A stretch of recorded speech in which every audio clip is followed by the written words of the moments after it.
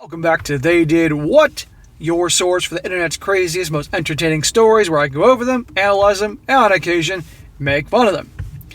Today, going to go over a story titled, She Gets Spit Roasted by Two Guys, I Catch Her in the Act.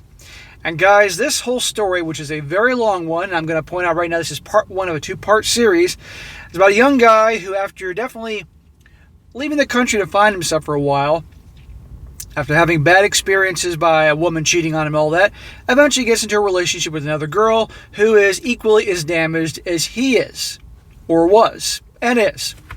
She was with a bad husband. She's 25, three-year-old kid at 25 years old, single, divorced, and he thinks he can fix her. And everything's cool and they can start anew. Unfortunately, it doesn't work that way. And you're going to see here real quick the line, you can't turn a HOE into a housewife, or you can take the girl out of the trailer park, but you can't take the trailer park out of the girl, applies. And this guy is going to go through all this drama with her when he should have just left. And this guy was young and naive, didn't know any better. This is why I do stories like this. But you can see ultimately, guys, this guy, she puts him through so much drama and BS. It's amazing what this guy puts up with. And ultimately one day, to no surprise, he catches her having relations with multiple dudes. But eventually, it leads to this guy getting his life together. But not until after he goes through a lot of stuff. Let me just say. So, I'm going to get into this story, guys. You can see what I'm talking about. A lot of lessons in this story. Normally, I leave the lessons up to the other channel, but I'll point out little things along the way. So, his story starts off. He says, after college, I went down to Central America, where I pretty much spent years just doing and selling candies, never considering getting into a relationship or allowing myself to get vulnerable with another woman. I fully admit that I was an awful degenerate during this time. And he was very young, I might add. Well, after a few years of this, I found myself just more and more depressed than ever. I grew tired of having these face value shallow temporary relationships with women. I decided to drop everything I was doing in Central America and come back to the United States. I called an old friend and made arrangements to move back to his place temporarily until I got back on my feet. When I moved back to the USA, I decided to give dating another chance. He wrote this wrong. I felt pathetic that I was giving up on finding someone special just because the girl in college broke my heart by cheating on me. Well, newsflash, the girls in the USA aren't any better than they are in Central America. In fact, they're probably much worse. I am absolutely willing to bet a lot of money on that. A couple months after moving to my friend's place, I had been on a few good dates with women in the area and started opening back up to the idea of allowing myself to grow close with a woman again. One day, I met this girl on a dating app. We will call her Kate. Kate was 25 and I was 23, who I just absolutely fell head over heels for. You just met her, dude. Come on here. She had that burgundy red hair that wasn't orange, but almost more of a fluorescent but natural red. She had a 3-year-old son who I honestly loved and looked kind of just like me. So she's 25 and has a 3-year-old kid, which meant she got pregnant at 21. And you're going to find out she was married. No, bad idea, dude. Kate had just gotten out of a terribly bad marriage and was in a very similar position as me. And you're going to find out that Kate likes those types of relationships, but this guy thinks he can fix her. White Knight, Captain Save a HOE. She just cleaned herself up and was ready to try dating again. Define cleaned up. Well, you're going to see she's not so clean. This worked well for both of us because we both completely understood each other's emotional state and were able to allow one another to proceed slowly and not expect too much of each other. We both had fears of commitment and trust issues and were still a little emotionally fragile due to our past relationships. Besides this, we had so many things in common. Kay even said she felt like she was dating the male version of herself, and she liked it because we allowed each other to be completely authentic. Well, as things go, this is all great in the beginning, but you're going to see here how things go. As months rolled on, we grew closer and closer. I and her son got along, and he even called me Dad. He was too young to remember his biological father, and I was the only father role he'd ever had in his life. The day I taught him how to pee standing on a tree sealed the deal with me, and he was my son from that point on. So this guy's a good guy. He's taking in this boy. I respect that, but he's getting roped in by his connection with the son. And she got herself a daddy. And once she got herself a guy to be the father for her kid, you're going to see real quick where things go. I got a job at a finance firm and Kate worked at a nightclub. Uh-oh. We know what goes on in nightclubs. Things were going well. We moved into an apartment together, bought a car together, and we're in the process of trying to buy a house. That's stupid. Take your time, man. Get to know her, really. We were going to get married and have a kid of our own. We only smoked herb occasionally and felt like we had fully recovered from our past obsession and emotional wreckage. Oh, okay. We smoke on occasion, no big deal. I got issues with that type of stuff. People don't need it, even though they claim they do. We both crawled out of the depths of real darkness and found some peace and happiness together. Or so I thought. Kate and I never had any jealousy or suspicions with each other. We trusted each other fully. We never went through each other's phones, and we knew each other's passwords and login info to everything, so we never had any issues and trust with one another. Until this happened. Well, as you can see, guys, it didn't take too long for drama to start a-brewing. Typically, I would get up early in the morning before I got ready for work to walk Kate into the apartment from the parking lot because she wouldn't get home until 3 or 4 a.m. From work, and it was a bit of a sketchy walk.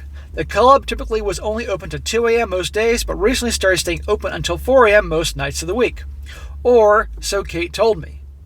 So, she's working at night, and you're working in the daytime, so you're pretty much never around each other, and you're there being the daddy to her kid. And obviously, probably you're going to see she needs some drama in her life, and you're going to see how this goes. The white knight, Captain Save-A you-know-whats never work. One morning, Kate said she was leaving work a little later because she had dropped off a friend at her house. She told me this only like 5 minutes before she would ordinarily arrive home. It usually took her about 35 minutes to get home from work, so I found it a bit odd that she told me last second, and I knew where her friend lived, so it may have only taken an extra 5 minutes to drop her off on the way to our place. He sensed something was up. You have to trust your instincts. Trust your gut. She ends up getting home about an hour later than usual, and something seemed a bit off. She looked high. Not on weed, but it struck me as if it was snow or Molly. I briefly confronted her about this, but she brushed it off quickly and said she was late because her friend's car broke down and they tried to get it fixed, but that's why it took so long to get home. Uh-huh. This was the first time in almost a year that anything like this happened, so I quickly pushed down any suspicion and chalked up as me being a bit paranoid because of my past experience of infidelity and dishonesty. He obviously dealt with a bad situation that messed him up, and yet he's seeking out a girl that screams red flags and problems. This is why I do what I do, guys. I told myself Kate would never do anything sketchy. She'd been through the same thing I went through, and she knew in full detail my story about my last relationship. Doesn't matter. She would never do anything like that to me. Famous last words. Especially since it happened to her too. I wasn't even that suspicious of her cheating or anything. Well, you should have, bro. Slowly but surely, incidents like this started happening more and more. First, like once a month, and then eventually led up all the way up to happening almost every week. Well, you allowed this stuff to happen. You should have gotten involved with her, let alone tolerate all this sketchy, suspicious behavior. There were a few nights where I was almost positive that she was high and thought about it. She finally admitted one day that I thought she was high, and she did a half a line of snow once because she was tired and needed a pick-me-up to get her through work. Oh, she needed a pick-me-up. Find something else to pick yourself up, you idiot. At this point, she was coming home at 5 or 6 or even 7 in the morning regularly. Her club closed at 2 or at 4, depending on what day of the week it was. She always had excuses like the car wouldn't start, she would go to her friend's house after work to smoke something, and she would go to the Waffle House with her co-workers after their shifts. But then one morning, her text messages seemed severely suspicious. She wouldn't respond promptly, and it really seemed like she was forcing herself to sound genuine when texting me. She was doing the I'm going home a little late dance with me, but this time it really dragged on. She told me she was on her way at 6 a.m., 2 hours after the club closed. So at 6:30, I went outside to the parking lot to walk her in when she arrived. It was snowing heavily outside. There was a blizzard going on throughout the area. About an hour goes by and I hear nothing from her. I text and call her over and over. She doesn't answer the phone, but I get a message from her saying she's almost home. Another hour goes by before she finally pulls in the parking lot. This was at 9:30 a.m. Gee, you think something's up at this point? Meanwhile, this guy's got to go to work, but now he's probably sabotaging his job because of her. It's just amazing to me the shit guys let themselves go through over some chick. I mean, come on here. I had to call out of work because I couldn't leave her son home alone. I usually left for work around 7:30 in the morning. Yeah, great job, Mom. I'm completely covered head to toe in snow. I walked up to the car and opened her door. Kate looks at me like she's seen a ghost, and she begins rambling nervously and almost incoherently. She said she got pulled over but was let go without a ticket. The car ran out of gas, so she had to stop to fill it up. Her friend was having a mental breakdown, so she stayed with her, blah, blah, blah. How do you know when a junkie's lying? Their lips are moving. She even started blaming me for things like saying she wouldn't have gotten pulled over if I had got the registration done sooner. Yada, yada, yada. This thing is, she could have told me this by texting me or calling me at any point during all this. It was all very suspicious. Dude, you are blind if you think that nothing's going on. Come on here. The whole time she wouldn't shut up but give me very inconsistent stories while we were on our walk into the apartment. I can't help but notice how dilated her pupils are and how she is visibly grinding her teeth. Obviously, I was very angry at this point, but I was also so exhausted and cold from standing outside for hours and worrying about her. I temporarily let it go and tried to distract myself with some video games. Let it go, try letting her go, try getting the hell out of there. That's what you ought to do. Call social services for that poor kid and get out of there. But you gotta save her. Gotta save this girl from herself. I was only mildly worried that she was cheating. I was more concerned about her addictions. We both had our run-ins in the past with them, hence why we only smoked something nowadays and occasionally had a drink. We weren't sober or anything like people in the 12-step program, but we tried to keep it very mellow. I couldn't stand the thought of being in another relationship where my girlfriend was lying to me about anything. Dude, she's not lying about anything. She's lying about everything. My mind began to spiral. I felt completely betrayed. Kate and I helped build each other back up, and after a tumultuous past, and now we had wonderful lives. I never, and he wrote that in giant letters, never thought she would lie about anything. This guy's so naive. I mean, on the one hand, I want to slap the shit out of him. On the other hand, I feel bad for him. We had such an open book, trustworthy relationship, and we never experienced any problems with this type of stuff before. Yeah, guess what happened? She got bored, because gals like this like drama. They like turmoil. That's all they know. She probably grew up in it. That's what she married the first time around, and that's what she likes, and she got bored with you. She claimed she wanted to fix herself, and she did for briefly, put on the show, but now she needs some drama. That's exactly what she's getting and giving to you, dude. I got obsessed with trying to find out if she was lying about the pills. I needed undeniable proof. The next day when she left for work, I tore up the house looking for something. I had no idea what I was looking for. I went through every drawer, every nook, every cranny of every piece of furniture, coat pocket, or top of the cabinets. Anywhere she could hide something. I found nothing. Well, she's not stupid. I tried to convince myself I was just being paranoid. My PTSD and insecurities about my past relationship were triggering me, and I was just getting obsessive with trying to find something that wasn't there. I decided I would stop trying to find out if she was lying because if I was wrong, my behavior could ruin a good relationship. A good relationship, my ass. If this is a good relationship, I would like to hear what a bad relationship in his opinion is. I thought Kate would never lie to me or even close to cheat on me. She had a horrible experience with her ex-husband cheating on her while she was pregnant, and he hid the addiction problem from her. So I couldn't imagine her doing the same thing to me that her ex-husband did to her. Well, wait for it, dude. So I let things go. Wrong. She came home at normal times again for a while. This calmed me down a bit until I began to feel bad for my paranoia. Yeah, she knew you were on to her, so she obviously slowed things down a bit until you let things go, then back to the same BS again. Until one night, I'm at a local pool hall playing at a table with a random guy, we'll call him Jerry, and while me and Jerry are chatting, I mentioned that my girlfriend works at the such and such club's name. Jerry's sister Sarah was hanging out with us while we were playing pool, and she worked at the same club a couple months ago. I asked her if she knew Kate, and she said she did, but they weren't really that close. They mostly knew each other in passing. I then expressed that I wish Kate had a day job where we could be home together more at night when I got off work. I tell Sarah that since the club typically closes at 4, I would only see Kate for about an hour or two before I left for work in the morning. Sarah then looks at me confused and says, I thought they closed at 2 a.m. When I worked there, we only closed at 4 on Friday and Saturday nights.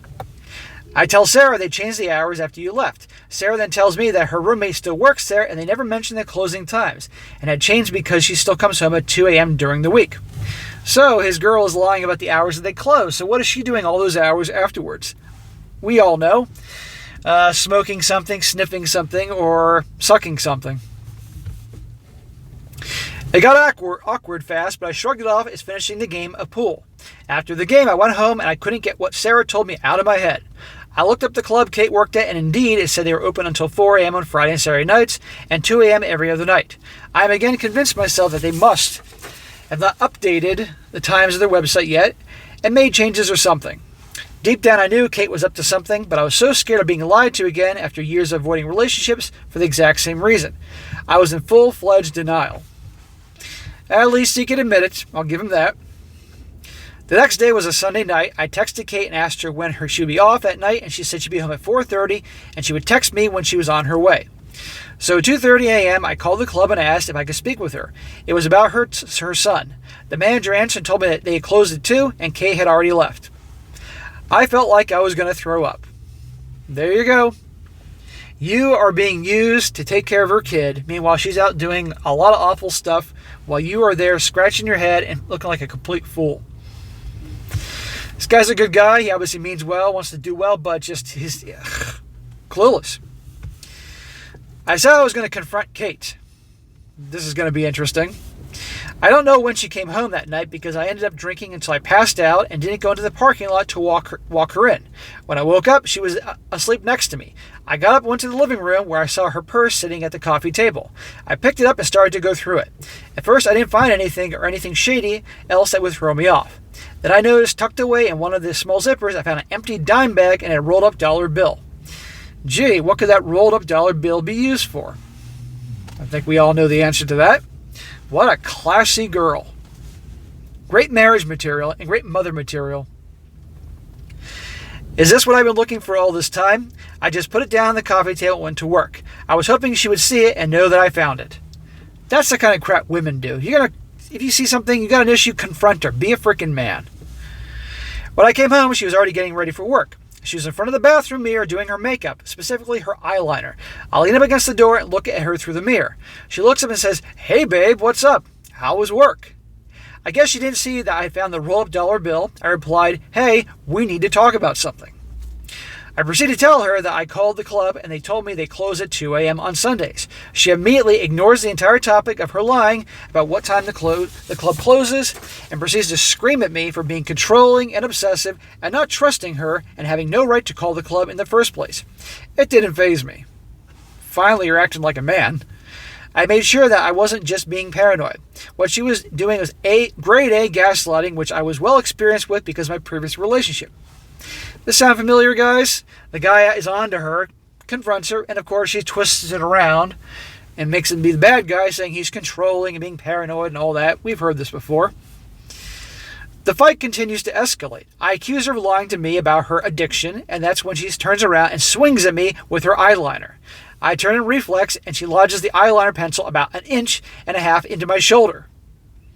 Oh, great. She then proceeds to punch about 6 times in the face. I don't react or hit back. I was mostly just in shock. Once she finished beating me up and screaming, we both just stand there staring at each other. I pull the pencil out of my arm and drop it onto the floor. I walk out of the bathroom and into the kitchen where I get some duct tape and patch up the hole in my arm. I leave the apartment and I start my walk to the liquor store. Oh, that's a great idea, man. Kate is blowing up my phone. She is doing the whole thing where she's apologizing, and when she doesn't get a response, she begins throwing insults and then repeats that cycle over and over. Why on God's green earth is this guy still with this broad? Now she's physically attacking him, and he's going to go make it all better by going to the liquor store. I mean, I know how this story ends, and I know this guy is obviously messed up, and I'm glad I know how it's going to end, and on a high note, but God, I mean, there's just some pure pieces of garbage in this world. Never ceases to amaze me. A lot of people think I'm a bit of a snob in that area, but you know what? I don't care. There's a lot of pieces of shit out there. Unbelievable. He's staying with her. I buy a bottle of Fireball whiskey and proceed to walk and drink and walk and drink. Fireball, huh? Yeah, I know what that does. I eventually black out and wake up to none other than Jeffrey, who I played pool with the other day, and some other guy I didn't know trying to pick me up out of the snow. Yeah, good, dude. Destroy yourself over this crazy chick. They put me in the car, apparently. They were on their way to work and saw me fall and not move onto the side of the street, pull over to make sure I was okay. Today I wonder where those guys work, because it must have been super early in the morning. I was walking for hours at that point and probably blacked out long before I fell. I finished the whole bottle of whiskey very quickly. Oh my God. He is so lucky he didn't get killed. This guy has lots of run-ins. This guy's had a lot of close calls, and you're going to see he has more close calls. When I was in the car with them, they asked me what was going on and why I was walking around at that time of the night far from town. I could barely talk. I felt like my lips were frozen. I was able to tell them where I lived, and they dropped me off at home. When I go inside, Kate is shocked and tries to get me to lay down and get me warm. I blacked out shortly afterwards and wake up in a pool of vomit in my bed. I get up and take a shower and then go out into the living room where Kate is sitting on the couch crying. Oh, boo-hoo. We begin to talk. She apologizes for what she did with the eyeliner pencil. And she admits that she started doing you-know-what again and was going to her coworker's place. He says a few of them lived in an apartment where they were all women. And she would do snow with them before coming home. She first started doing it to help her get through work and just kept escalating. People can get through work. It's called coffee. Get the hell out of here. I asked if it was just snow, if it was other stuff too, because there were some nights where she seemed like it was more than just snow. She admits every once in a while that she took tablets to take the edge off the snow before she came home, but did this rarely. What a classy girl. We ended the conversation civilly, and she promised to stop lying to me about where she was, and she would never hide anything from me again. Sure. But now that I knew she was capable of lying and keeping things from me, I was a bit more on my toes with things than usual. So there you go, guys. That is part 1. I can't do part 2 now of the same video because we'd be here for another 30 minutes and it's just too much and I need a break. But anyhow, guys, you can see drama central. Captain Saver, you know what? White Knight. I'm going to rescue this girl.